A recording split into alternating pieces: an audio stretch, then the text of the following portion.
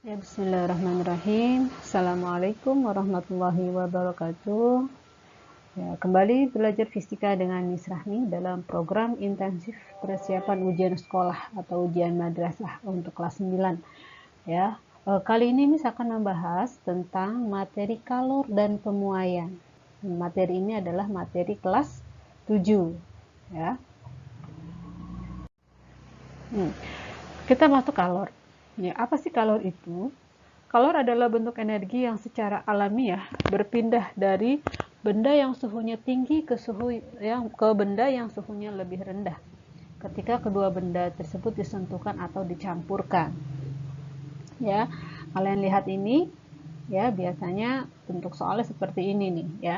Q1 ya, Q1 ini merupakan perubahan dari es menjadi air ya. Nah, sebentar. Gini. Ya, di sini biasanya sini bentuknya masih wujudnya bentuk wujud es. Ya. Di sini masih bentuknya es. Ya. Di sini bentuknya sudah berubah menjadi air. Di sini juga bentuknya sudah masih air. Ya. Di sini sudah menjadi uap air. Ya. Nah, ini untuk Q1 ya. Q1 dari suhu minus derajat Celcius ya berubah menjadi es yang 0 derajat Celcius. Ya, di sini terjadi perubahan suhu ya. Pada Q1 terjadi perubahan suhu. Perubahan suhu makanya di rumusnya disebutkan di sini massa es dikali kalor jenis es dikali perubahan suhu. Suhu di B dikurang suhu di A. Gitu ya. Ini dia mengalami perubahan suhu. Ya, perubahan suhu.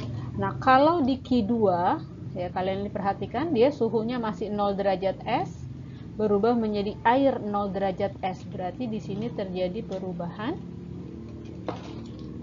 wujud, betul. Ya, perubahan wujud dari es menjadi air. Ya. Dan ini yang Q3 dia dari 0 derajat air menjadi 100 derajat air, terjadi perubahan suhu, betul. Ini kembali ke awal ya, sama dengan yang awal, perubahan suhu. Ya. Nah, yang Q4 perubahan wujud gitu ya, dan seterusnya. Nah, kalau ditanya kalau ditanya kalor yang dibutuhkan ya untuk merubah es menjadi air gitu ya. Berarti kita tinggal jumlahkan saja sampai mana yang ditanya. Ya, sampai air 0 derajat atau sampai air 100 derajat atau hanya air 60 derajat misalnya gitu ya. Nah, itu kita bisa cari. Ya, tinggal kita hitung aja Q1 tambah Q2 tambah Q3. Tergantung apa yang ditanya. Gitu ya. Baik, kita masuk ke contoh soal. Ya. Nah, perhatikan grafik di samping. Besar kalor yang diperlukan untuk mengubah 200 gram es pada proses A ke C. Ya. Jika kalor jenis es 2100 Joule per kilogram derajat Celcius dan kalor lebur es 336.000 Joule per kilogram. Ya, maka berapa Q-nya dari A ke C itu ada berapa proses kita. Dari es menjadi air 0 derajat ya. Di sini air 0 derajat. Nah, berarti kita harusnya aja Q1 dan Q2. Ya, ada 2. Kita hitung Q1-nya sama dengan MCS karena bentuknya masih S kali delta T. Ya, kita cari dulu Q1-nya. Masanya 200 gram. Nah, ini perlu kita rubah jadi kilogram nggak nih? Nah, kita lihat ini. Nah, lihat kalau jenis S-nya 7 per kilogram. Ini juga joule per kilogram, berarti 200 gramnya harus kita rubah. Ya, 200 gram itu sama dengan 0,2 kilogram. Nah, baru masuk ke sini. 0,2 kilogram ya Kalor jenis S-nya berapa? 2100 Joule per kilogram derajat Celcius dikali delta T-nya, ya 0 dikurang min 10. Nah, perhatikan, suhu akhir dikurang suhu awal delta T-nya, ya.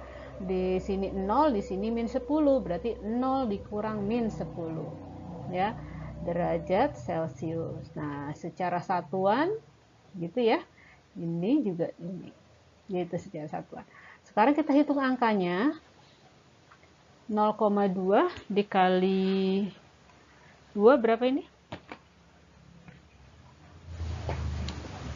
24 2100 ya. Ini 10 kali 0,2 itu 2. 2100 kali 2 2100 dikali 2 itu 4200. Sisanya satuannya joule. Gitu. Ya. Kemudian yang nomor yang Q2-nya. Q2-nya berapa? Mana ini tadi M-nya M kali L. L-nya kalor lebur karena melebur dari S menjadi air ya. S menjadi air, masanya berapa di sini? 0,2 dikali kalor leburnya 336.000 ya. Deh, tinggal kita hitung. Ini kilogram satuannya, ini joule per kilogram ya. Kalau secara satuan bisa diselesaikan ya. Berarti ini berapa nih dapatnya?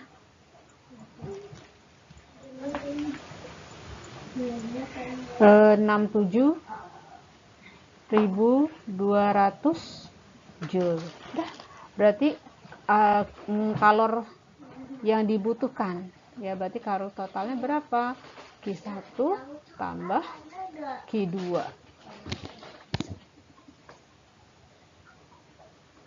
Q1-nya 4200 ditambah 67.200 ya.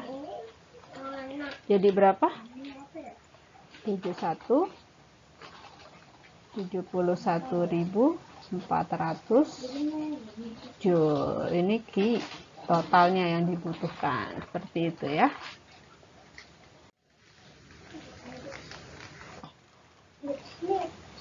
Pembahasan soal berikutnya ya. Perhatikan grafik pemanasan 200 gram es sehingga seluruhnya melebur menjadi air ya. Dari min 2 derajat Celcius melebur seluruhnya menjadi air, berarti sampai dengan C prosesnya. Pernyataan. Nah, yang ditanya apa sih? Pernyataan di atas yang mempengaruhi meleburnya es adalah ya, A ke B terjadi perubahan suhu. Betul salah? A ke B mengalami perubahan suhu, betul. Dan es tidak mencair. Ya, karena bentuknya masih es ya. Kemudian B ke C terjadi perubahan suhu. B ke C perubahan suhu dan es mencair. B ke C dia tidak mengalami, tidak terjadi perubahan suhu dan es mencair, betul, nomor 2. Nomor 3, A dan B tidak terjadi perubahan suhu. A dan B tidak terjadi perubahan suhu. Itu terjadi ya, tadinya min 2 sekarang jadi 0 gitu ya. Berarti 3 bukan. B ke C terjadi perubahan suhu. B ke C terjadi perubahan suhu. Tidak ya, jadi jawabannya 1 dan 2 gitu ya. Jadi di A ke B terjadi perubahan suhu dan es tidak mencair atau suhunya bentuknya wujudnya masih tetap es ya. Dan B ke C tidak terjadi perubahan suhu dan esnya mencair, itu betul ya. Soal berikutnya, perhatikan gambar grafik pemanasan 500 gram es suhu min 10 derajat Celcius. Jika kalor jenis es 2100 ya, dibutuhkan, yang ditanya adalah berapa kalor yang dibutuhkan dalam proses BCD. BCD. Nah, tidak dimulai dari A ya. Berarti kita anggap ini kita tulis Q2 karena kita mulai dari sini ya. Yang ini Q3. Berarti kita dua proses juga. Kita cari Q2 itu sama dengan massa dikali kalor lebur. Ya. Masanya 500 gram. Nah, ya 500 gram berarti kita harus rubah menjadi kilogram. 0,5 kilogram gitu ya. Berarti 0,5 dikali kalor lebur S-nya berapa? 336.000. Ya, kalau mau ditulis satuannya juga boleh. Ini kilogram dikali joule per kilogram. Ya, ntar ini bisa dicoret juga kilogram. Ya, berarti di sini berapa nih? 168.000 joule ya. Nah, kemudian Q3-nya adalah M C air ya kali delta T. Ya, karena bentuknya air nih. Ya, di sini. Udah kita hitung masanya 0,5, C airnya 4.200 ya, delta T-nya kita lihat D-nya itu 30 derajat. 30 dikurang 0. Ya, berarti 30 derajat Celcius. Nah, tinggal kalikan sama dengan 63.000 ya, joule. Nah, berarti Q totalnya sama dengan Q2 ditambah Q3. 168.000 ditambah 63.000. Berarti sama dengan 231.000 joule. Nah, jadi ini jawabannya. Ya. Soal berikutnya. Aluminium bermassa 2 kg dengan suhu 20 derajat Celcius menerima kalor sebesar 180 kJ. Nah, kita tulis dulu. Diketahuinya apa nih dari soal ini? Masanya 2 kg. Kemudian suhunya, suhu awal ya. Suhu awal 20 derajat Celcius. Menerima kalor sebesar 108. Q-nya 180 kilojoule. Ya. Kemudian jika kalor jenis C, kalor jenis aluminium itu 900 joule per kilogram derajat Celcius, berarti ini harus kita rubah jadi joule ya, karena di sini juga joule. 180 kilo ke berapa joule? Ya, sama dengan dari kilometer ke meter, berarti dikali 1000. Jadi 180.000 joule. Ya. Nah, yang ditanya adalah suhu akhirnya. Suhu akhir berapa? Ya, yang kita tahu rumusnya gimana tadi? Q sama dengan M kali C kali delta T itu suhu akhir dikurang suhu awal. Ya, kita buka gitu ya. Delta T-nya kita buka aja. Oke, kita lihat Q. Q nilainya berapa tadi? 180.000 joule. Ya. Masanya 2 kg. C-nya kalau jenisnya 900 joule per kilogram derajat Celcius dikali, nah baru nih T akhir yang ditanya dikurang dengan 20 derajat Celcius. Udah, kita selesaikan ini. Kilogramnya juga ya. Ya, lu tinggal kita lanjutkan. Ini 180.000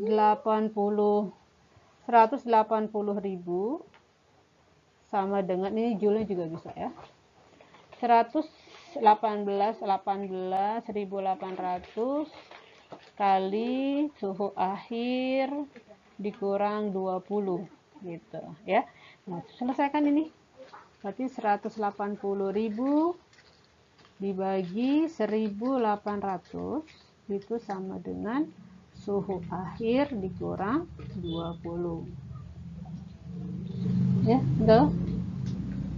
180 bagi 18 adalah hasilnya. Kita lanjutkan sebelah sini ya. 10 sama dengan T akhir dikurang 20. Pas 10, 100 maaf. Berarti suhu akhirnya adalah 100 ditambah 20, yaitu 120 derajat Celcius untuk suhu akhirnya.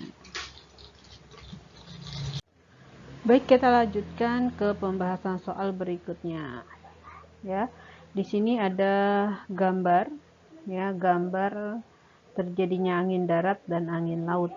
Nah, pertanyaannya, pernyataan yang benar terkait konveksi yang mengakibat terjadinya angin darat dan angin laut. Ya, konveksi itu adalah apa? Perpindahan zat ya yang diikuti oleh perpindahan partikel yang diikuti oleh perpindahan zatnya.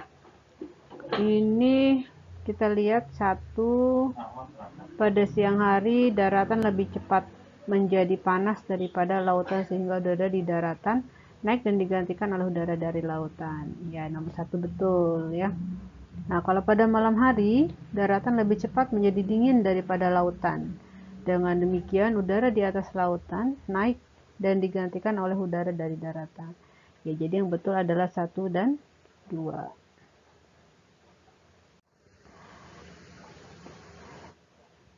Sekarang kita lanjutkan ke pemuaian. Ya. Nah, pada umumnya benda akan memuai ketika dipanaskan dan menyusut ketika didinginkan. Akan tetapi besar pemuaian atau penyusutan benda bervariasi bergantung pada jenis materi bendanya. Ya.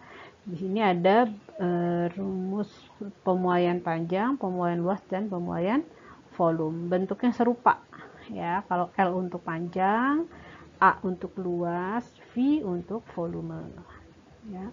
Kita lihat konsep pemuaian digunakan dalam kehidupan sehari-hari. Ya, contohnya pemasangan kaca jendela diberi ruang, ya, agar kaca tersebut jika memuai tidak pecah, gitu ya. Kemudian yang B, sambungan rel. Konstruksi jembatan diberi celah. Ya, jadi sambungan antar relnya itu diberi celah. Ya, jika relnya memuai, ya, kena panas matahari, dia tidak membuat jembatan atau jembatan tersebut atau sambungan rel tersebut menjadi bengkok, gitu ya. Yang ketiga adalah kawat telepon atau kawat listrik dibiarkan kendor, ya. Itu memungkinkan jika malam hari, ya, jika di malam hari kabel tersebut menyusut dan tidak putus. Makanya kalau siang kita lihat kabel kawat listrik itu kendor, gitu ya. Nah, yang keempat, pengelingan pada plat logam dan keping bimetal. Ya, pengelingan atau mengeling adalah menyambungkan dua plat dengan menggunakan paku keling.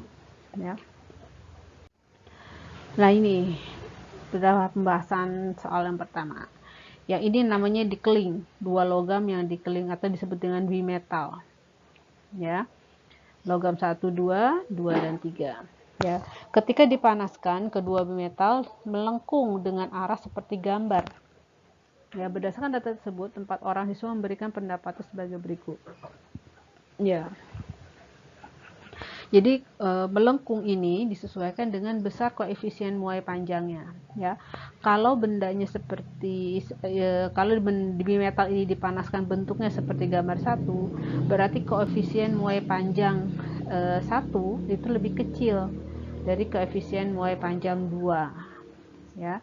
Berarti kalau ini koefisien muai 2, koefisien muai panjang 2 lebih kecil dari koefisien muai panjang 3. Nah, udah tinggal kita urutkan saja, ya.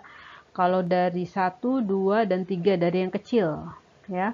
Dari kecil ke besar 1, 2, 3. Oh, yang C. Betul. Kalau kita urutkan 3, 2, 1 berarti dari yang besar. besar ke kecil 321, berarti B dan C jawabannya.